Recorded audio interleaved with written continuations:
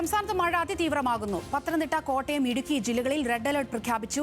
കണ്ണൂർ, കാസർഗോഡ്, എറണാകുളം, ആലപ്പുഴ, കൊല്ലം ജില്ലകളിൽ ഓറഞ്ച് അലർട്ടാണ്. മറ്റെല്ലാ ജില്ലകളിലും യെല്ലോ അലർട്ടാണ്. വിവരങ്ങളുമായി സനിറ്റയുണ്ട്. സനിറ്റ, കഴിഞ്ഞ ദിവസം വലിയ രീതിയിൽ മഴക്കെടുതി നേരിട്ട 3 ജില്ലകളിലാണ് വീണ്ടും റെഡ് അലർട്ട് പ്രഖ്യാപിച്ചിരിക്കുന്നത്. ഇപ്പോൾ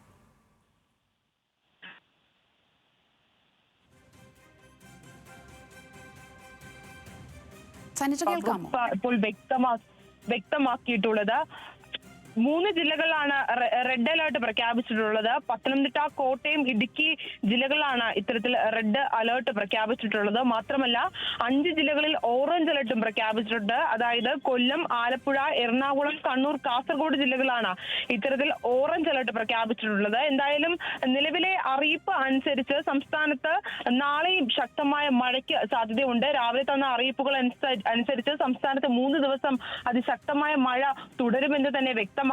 അതിന്റെ അടിസ്ഥാനത്തിലാണ് ഇപ്പോൾ ഈ അറിയിപ്പുകളും വന്നിട്ടുള്ളത്. എന്തായാലും നാളെ 8 ജില്ലകളിൽ ഓറഞ്ച് അലർട്ട് പ്രഖ്യാപിച്ചിട്ടുണ്ട്. ഈ വയനാട്, മലപ്പുറം, കോഴിക്കോട്, കാസർഗോഡ്, കണ്ണൂർ, കോട്ടയം, പത്തനംതിട്ട ജില്ലകളാണ് നാളെ ഓറഞ്ച് അലർട്ട് പ്രഖ്യാപിച്ചിട്ടുണ്ട്. ബാക്കിയുള്ള ജില്ലകളിൽ യെല്ലോ അലർട്ടും പ്രഖ്യാപിച്ചിട്ടുണ്ട്. എന്തായാലും മറ്റൊരു കാര്യം, മത്സ്യത്തൊഴിലാളികൾ, തീരദേശവാസികളും ജാഗ്രത പുലർത്തണം എന്ന് തന്നെയാണ്. ഈ മത്സ്യബന്ധനത്തിനുള്ള ഏർപ്പെടുത്തിയിട്ടുള്ള ഈ വിലക്ക് തുടരും. അതേസമയം സംസ്ഥാനത്ത് ഇപ്പോൾ എന്തായാലും ഈ പ്രകൃതിക്ഷോഭത്തിൽ മരണം 28 സാഹചര്യമുണ്ട്.